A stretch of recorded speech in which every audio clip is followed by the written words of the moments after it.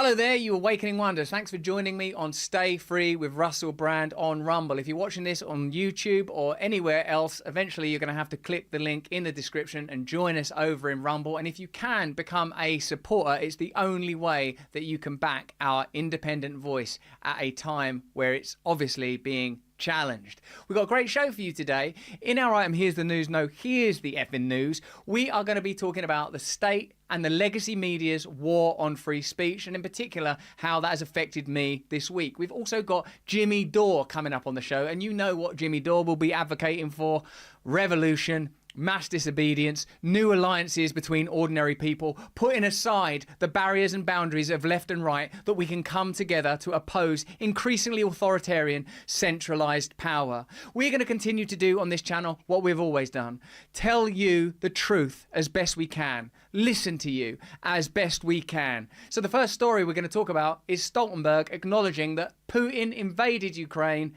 due to NATO infringement. A significant story because, of course, what we've mostly been schooled in is that Russia are a criminal nation led by a lunatic in Putin that unprovoked attacked Ukraine. As we always say, the Ukrainian people should be utmost in our thoughts, and the humanitarian imperatives that the world claims are what's driving this war ought be what's driving a move towards peace. But as you know, the military-industrial complex are significantly invested in what some people, Jimmy Dore notably, regard as a money laundering operation. Let's have a look at Stoltenberg acknowledging the simple truth that Putin was provoked.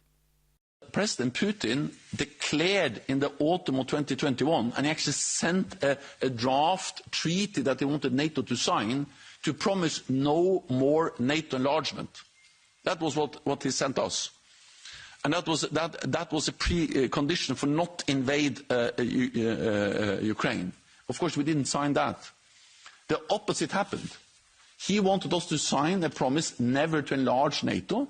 He wanted us to remove our military infrastructure in all allies that have joined NATO since 1997, meaning half of NATO, all the Central and Eastern Europe. We should remove NATO from that part of our alliance, introducing some kind of E and B or second-class membership. We rejected that. So he went to war to prevent more NATO close to his borders. He has got the exact opposite. In a sense, what's being described there is the recipe for a peaceful resolution to this conflict, which many believe. And let me know what you think in the chat. And remember, if you press the red awaken button, you can join our community, and it's more important that you do that now than it ever has been before. Join our locals community. We need your support. We are plainly in a position where your direct support is going to be incredibly valuable to us. Now, what we've just heard there described is the reasons that Putin went to war with Ukraine. Let's get into this story a little more deeply.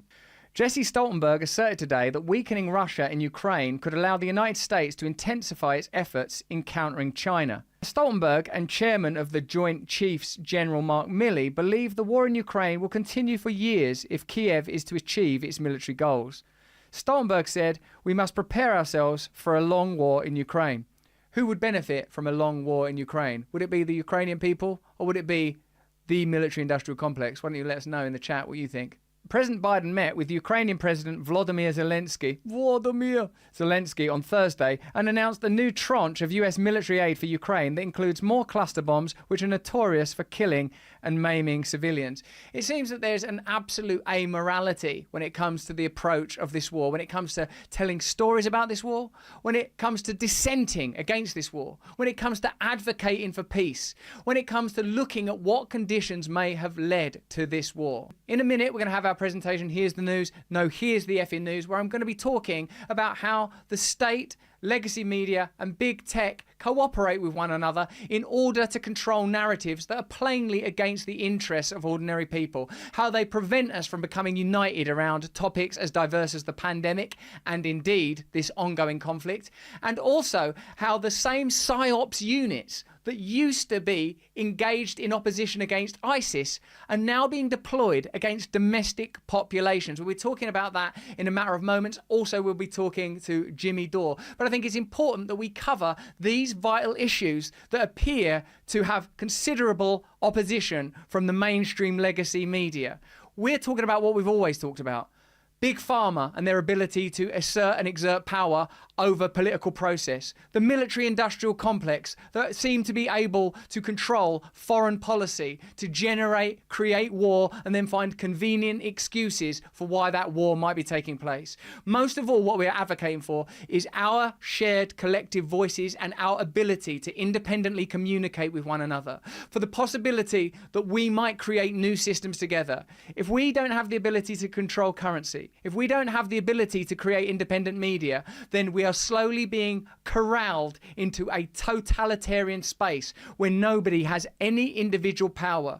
We already live in a globalist, corporatist condition where unelected bodies, whether that's NATO, no one voted for them, the WHO, no one voted for them, or the UN, are in a position where they are able to impose policy on sovereign nations. Democracy is becoming meaningless. And the only reason those stories are not being told is because legacy media are in lockstep with one another in order to prevent truthful, open and honest conversations happening that would allow us to form new alliances. We'll be looking at that in Here's the News. But now, without going too much more deeply into this obvious crisis and counter-narrative to how the war between Ukraine and Russia began, let's have a look at the Empire State Building being lit up as a giant Pfizer needle. For what reason exactly? This is a press release about that story. Today, the Empire State Building turned its iconic building blue to announce that the CDC recommends everyone 6 months of age and older gets this season's updated COVID-19 shot. The blue light symbolises our gratitude and appreciation for the updated vaccines and all those who made it possible. A literal monolith and icon of American culture is being turned into an advertisement for a private company. When did the symbols of a great nation become co-opted by a corporation? How has this been allowed to happen? And how is it still allowed to be referred to as a democracy? Let me know in the chat. Marty Makary, professor, Johns Hopkins School of Medicine, wrote in the New York Post that Pfizer's version of the new vaccine has not been tested on humans at all. We only have data about antibody production from 10 mice. If I wasn't reading that from a reliable scientist myself, I would assume that it was untrue. How is that plausible and feasible that a national cause, an international notion, can be presented to a global population on the basis of 10 mice? The experience of 10 mice is being used to undergird an ongoing global program. For me, that's a cause for some concern. In summer 2020, as COVID vaccines moved ahead at warp speed, the companies behind them promised they wouldn't make too much money. Let's see how that went. Pfizer chairman Albert Bourla was emphatic. His company was developing a COVID vaccine for the good of humanity, not for money, he told Time magazine in 2020. This is not business as usual, he said.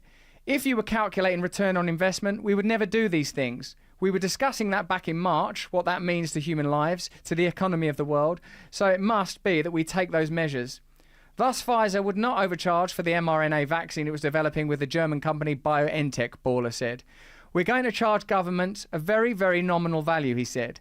Asked directly if Pfizer intended to profit, Bourla said, we will make a very, very marginal profit at this stage. So, were Pfizer telling the truth? Pfizer made more than $100 billion in profits from the COVID vaccine in 2022 alone. Those facts seem to me to be significant. Those facts seem to me worthy of discussion. And I don't think we're going to see that discussed on the mainstream media. Let me know in the chat if you've noticed how the mainstream media reports on certain stories, investigating them extremely thoroughly, and elsewhere there is little or no debate or dissent. What do you think about that? What do you think is actually happening? So, whether it's the war in Ukraine and NATO's involvement in provoking it, or Pfizer's relationship with the United States of America and their ability to co-opt national symbols of pride and turn them into corporate emblems that have only been, let's face it, tested on 10 mice, it seems that the state and the media have a pretty close relationship. Let's have a look at events this week. You now know that I've been demonetized on YouTube. You're fully well aware that the government wrote to social media platforms to demand that I be further censored. Here's the news. No. Here's the effing news. No, here's the fucking news. The corporatist state and global media war against free speech is in full swing. How do I know? Take a guess.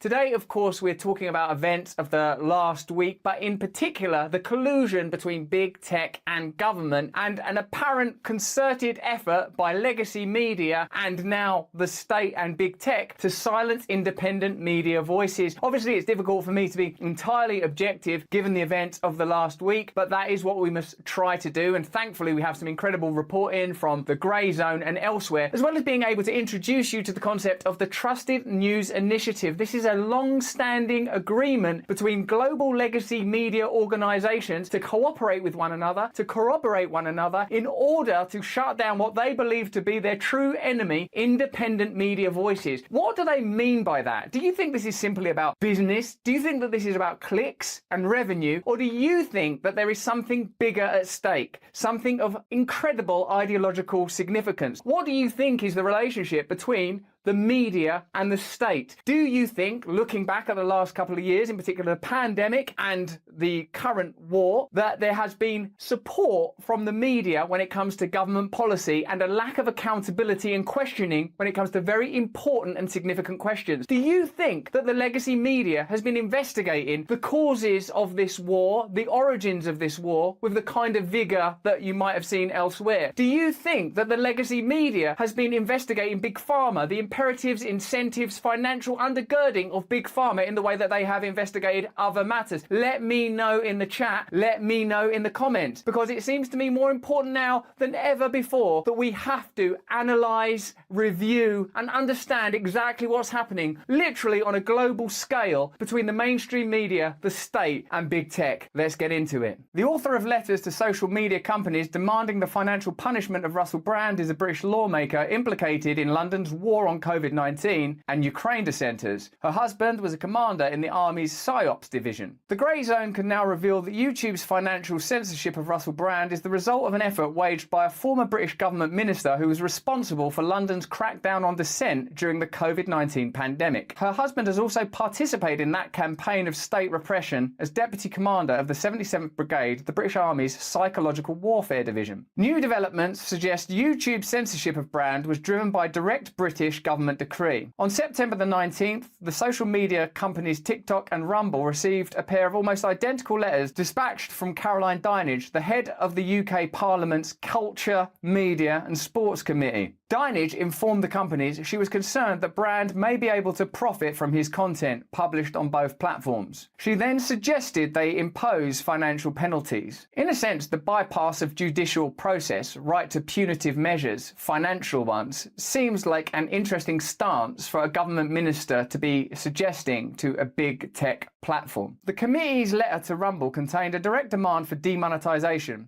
We would like to know whether Rumble intends to join YouTube in suspending Mr. Brand's ability to earn money on the platform. In a withering response to Dinenage's letter, Rumble CEO Chris Pavlovski asserted that Rumble emphatically rejects the UK Parliament's demands. This is, of course, why we are fortunate to be on Rumble. Please join us there. Please consider supporting us so that we can continue with our organisation. I'm beginning to think that our organisation is having an impact due to recent events. The CEO continued, "We regard it as deeply inappropriate and dangerous that the UK Parliament would attempt to control who is allowed to speak on our platform or earn a living from doing so." Caroline Dinenage served as the UK government's Digital and Culture Minister from February 2020 to September 2021, making her de facto chief of the Department for Culture, Media and Sports, DCMS. In this capacity, she was personally responsible for overseeing construction of the repressive World Economic Forum endorsed online safety bill, which has been criticised by rights groups for threatening the rights to free expression and privacy. For her leading role in crafting the bill, Dinenage was honoured by the Princess Royal with the title of Dame Commander of the British Empire. Moreover, during this period, the DCMS was home to the shadowy intelligence official-run Counter-Disinformation Unit, which policed COVID-19 disinformation narratives online. Investigations by the civil liberties organisation Big Brother Watch has revealed that instead of suppressing content that posed risks to public health, the CDU was preoccupied with censoring and deplatforming reasonable online criticisms of the British government's COVID-19 COVID-19 response, including opposition to lockdowns and vaccine passports. What we appear to be looking at here are a set of collaborating institutions that have an agenda and then pursue that agenda, even when in pursuing it they have to bypass, repress, obstruct or absolutely ignore existing judicial or regulatory bodies and protocols by moving straight to punitive measures, by bypassing judicial systems, and in particular in the event of COVID, of course, repressing true information, preventing healthy online debate. It's plain that there were narratives that were repressed during the COVID pandemic. It's plain during the ongoing Ukraine-Russia conflict that, well, for example, Russia Today are not allowed to be on most social media sites. Rumble continue to host Russia Today so that people are able to discern from themselves propaganda from truth. This, I feel, is an important component in any democracy. Let me know if you agree in the chat. According to an official fact sheet, the CDU's focus turned to the Ukraine war in 2022. Doesn't it seem odd to you that you can move from a health pandemic to a war? Aren't they quite distinct, compartmentalized issues? Doesn't it seem, therefore, that the real issue is not the subject themselves, a pandemic and how to handle that sensibly, or a war and how to handle that judiciously and correctly, but dissent itself? The ability to oppose existing narratives, the ability to begin to organize communities against establishment narratives and preferred systemic outcomes is being closed down, I would suggest, on the basis of this, rather aggressively. Let me know what you think. Diana's husband, Mark Lancaster, helped lead London's blitz on pandemic dissent as Deputy Commander of the British Army's 77th Brigade between June 2018 and July 2022. Specialised in behaviour and attitudinal change, which in itself seems like a strange military unit. What are we going to do about behaviour and attitudes? Mind your own business and focus on just wars?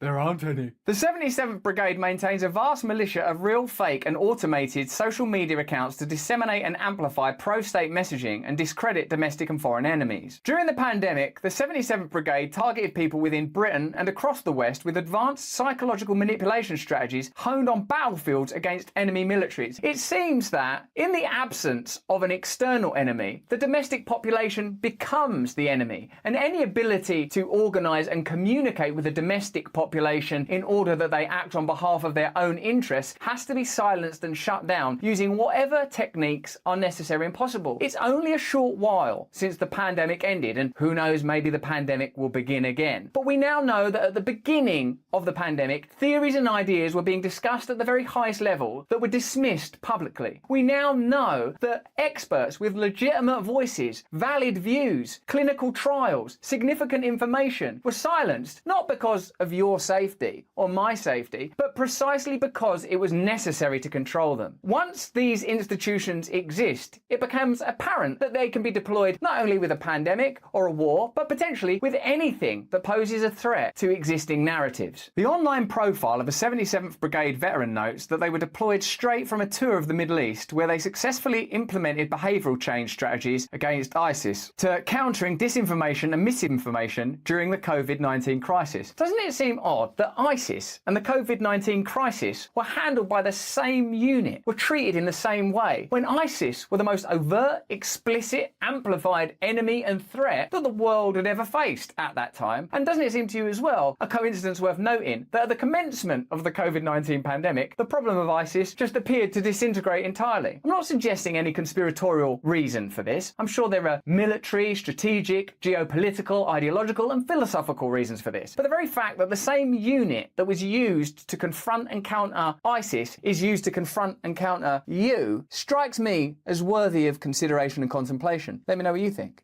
However, in January, an ex-brigade whistleblower revealed how the Ministry of Defence and RRU routinely circumvented British law to advance the government's crusade against pandemic dissent. It appears there are financial ties between Google and the person that wrote that letter. It's worth noting too that Google is a competitor to Rumble, a significant competitor, a near monopolist. How do media organisations cooperate with one another when it comes to presenting a news narrative? You will remember perhaps in particular the Joe Rogan horse medicine moment. You will recall how you saw a spate of comparable headlines from around the world using the same wording. You will perhaps recall that you never once heard, hold on a second, this is a Nobel Prize prize-winning medicine, the inventor of which literally has a statue outside of medical organisations. A revered and significant medicine was simultaneously referred to as horse paste around the world. How does something like that happen? How does the media operate in coordination and lockstep to present a narrative that appears to be impenetrable, so immersive and absolute that it simply must be true? Well, apparently there's an organisation called the Trusted News Initiative. We've said many times on our channel that when you have a word like trusted in the name of an organisation, it's worth questioning whether or not you can trust them. Let's find out what the Trusted News Initiative is. In short, I can tell you that it's a collaboration between legacy media and big tech sites in order to prevent independent media voices communicating. How effective could that be? Is it possible to shut down independent media? What strategies would be deployed? How would they work together? Surely the BBC and CNN and the New York Times and various other organisations, online ones like Facebook, would have a vested interest in competing with one another. Is that true? Let's find out. In January, the chairman of the Children's Health Defence, Robert Kennedy, and other plaintiffs filed a lawsuit against the Trusted News Initiative alleging antitrust and First Amendment violations. Trusted News Initiative, launched in March 2020, is a coalition of some of the world's largest news organisations, including the Associated Press, the BBC, the Washington Post and Reuters, who partnered with big tech with the aim of stopping the spread of misinformation. It's just a couple of weeks to stop the spread. Kennedy, CHD, and several other organisations, journalists and individuals filed a lawsuit that these legacy news organisations partnered with big tech to collectively censor online news about COVID-19 and the 2020 presidential election that did not align with the official narratives. The result was a significant loss in visibility and revenue. It appears that apparently independent, or at least separate, news organisations are collaborating, and I hesitate to use this word, conspiring to control global news narratives in some of the most important stories in the world. Why? Well, let's explain to you that their intention, it appears, and this is explicit, and we have a quote that undergirds this claim, the explicit intention is to shut down independent media voices. The lawsuit notes that there are two categories of TNI members: legacy news organisations and big tech platforms. You will remember that there was a time where on certain platforms, for example YouTube, where we are now significantly demonetised, you used to have the sense that independent news organisations could flourish, could burgeon, could come up, could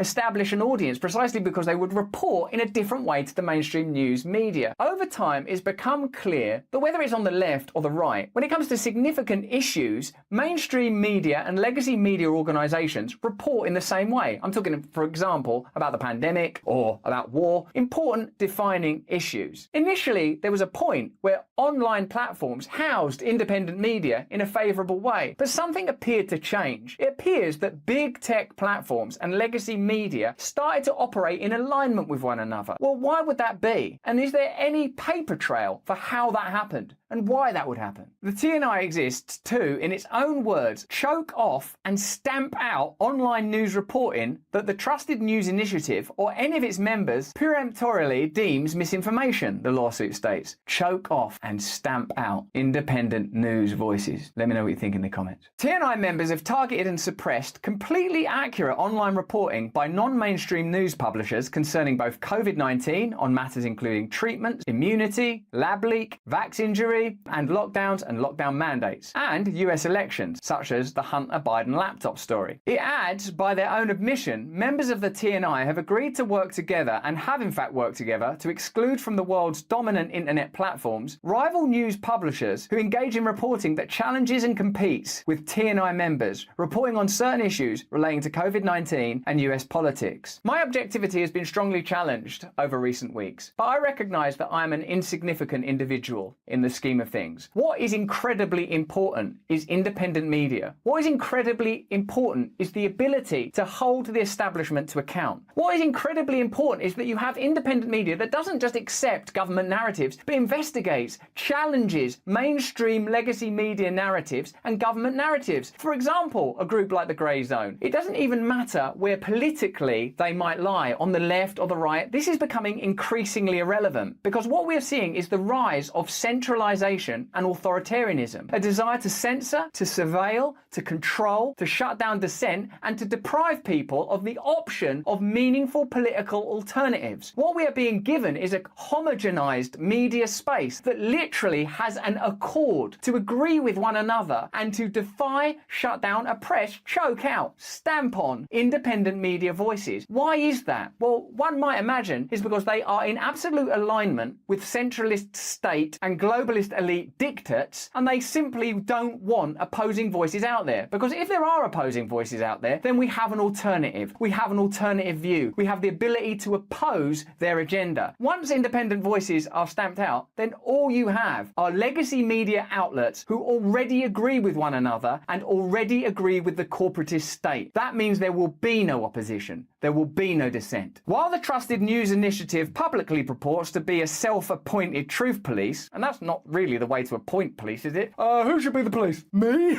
Extirpating online misinformation, in fact, it has suppressed wholly accurate and legitimate reporting in furtherance of the economic self-interest of its members. Economic self-interest of its members. Closing down truthful conversation, legitimate data in order to pursue economic interests. I believe it goes beyond even economic interests. I believe this is about ideology and the ability to oppose ideology. I believe this is about freedom. I believe this is about real democracy. Because for there to be real democracy, there has to be dissent. There has to be open communication. There has to be the ability to challenge mainstream media narratives. You can't have a media that is in lockstep with itself, immersively attacking on subjects like the war, COVID-19 and how to handle it, and a host of other issues. Here we have the evidence that the mainstream media is working together to support a state agenda. Do you agree? Let me know. To support the allegation, the lawsuit cites several public statements made by TNI members. In March 2020, then senior news controller at BBC News, Jamie Angus, explained TNI's strategy to beat disinformation. Now remember, we've said for a long time, disinformation is an extraordinary new term. Disinformation, misinformation, malinformation. What is meant? Often it's information that is at odds with the agenda of the powerful. So here's that quote. Because actually the real rivalry now is not between, for example, the BBC and CNN globally. It's actually between all trusted news providers, trusted means members of this cartel, trusted news providers, and a tidal wave of unchecked reporting, uncensored reporting, that's being piped out mainly through digital platforms, independent media like this. That's the real competition now in the digital media world. Of course, organisations will always compete against one another for audiences, but the existential threat, I think, is that overall breakdown in trust, so that trusted news organisations lose in the long term if audiences just abandon the idea of a relationship of trust with news organisations. And what is happening with trust in mainstream media organisations? Well, nearly 60% of people see mainstream media as a threat to democracy, according to one poll. The UK's got the second lowest levels of trust in the press in a survey of 24 countries, only Egypt having less trust. America's trust in media remains at a new record low, and trust in media is so low that half of Americans now believe that news organisations deliberately mislead them. So if you're in America, you're already accustomed to the idea that the mainstream media deliberately misleads you. Why? Because they want to destroy independent media, because they are in alliance with centralist state and corporatist imperatives, and because they do not want dissenting and opposing voices. And remember, we showed you earlier, when it comes to the intelligence and psyops component of this, it doesn't matter whether you're a foreign combatant in the Middle East, specifically ISIS, or someone that has questions about COVID-19. You are regarded as an enemy of the centralist state and corporate media narrative, and you have to be shut down. The spokesman for the Trusted News Initiative continued. So actually, we've got a lot more to hold us together than we have to work in competition with one another. Plaintiffs are online news publishers who, as a result of the TNI's group boycott, have been censored, demonetized, demoted, throttled, shadow banned, and or excluded entirely from platforms like Facebook, YouTube, Twitter, and Instagram. Explaining how TNI acts as a global media monopoly, CHD President Mary Holland said, "They couch what they're doing, their conspiracy to suppress independent media, i.e. the voices of dissent about election information and COVID information, as a need to preserve the trust of the people and upgrade the trust. By censoring independent voices, what they're doing is economic suppression. Antitrust is against trusts, is against monopolies, and what the TNI has done is essentially create a global media monopoly in the English language." Plainly, this is a story that is much bigger than me. Plainly, the Trusted News Initiative executive has an agenda, an explicit agenda to throttle and choke independent media. Plainly, the government are reaching out to ask big tech platforms to suppress the voices of content creators from independent media outlets, particularly those that are dissenting. And as you have seen, many of those media organizations have been willing to comply. It seems to me highly possible and likely that legacy media organizations and big tech platforms are collaborating in a variety of ways. Look at the reporting on geopolitical conflicts. Look at the ability of the military-industrial complex to apparently control those narratives and shut down dissent and direct public funds. Look at what happened in the pandemic period and how difficult it was to have true information and legitimate experts able to present their views. Plainly, there is something happening. We can see the legislation for it in all of the Five Eyes countries. We can see that the Trusted News Initiative is a cartel of groups with a clear agenda. They're not competing with one another. They are competing with independent media voices. And that's not because the independent media voices themselves are important. There are thousands of them. That's what is significant. That is what is powerful. What is truly important is the ability for dissent, your dissent, to be expressed. The ability for those of us that disagree with this system, that disagree with centralized authoritarianism, to have the ability to communicate with one another, to have the ability to discuss these topics, to have the ability to oppose an agenda that seems to me to be about closing down individual freedom, closing down democracy, centralizing power, destroying dissent, advancing surveillance and censorship. No matter what crisis, the outcome is always the same. We have to shut down dissenting voices. And when you have PSYOP organizations that treat people that have questions about a health issue the same way that they would treat terrorists, then I think it's time to look at the way that information is being reported and the way that information is being conveyed. Stay free. No, here's the fucking news. Joining me now is Jimmy Dore, comedian, political commentator, and host of the Jimmy Dore Show. Jimmy, thank you for joining me this week. My pleasure. Thanks for having me. Obviously, I now in particular have a new experience on the way that the media and the state can cooperate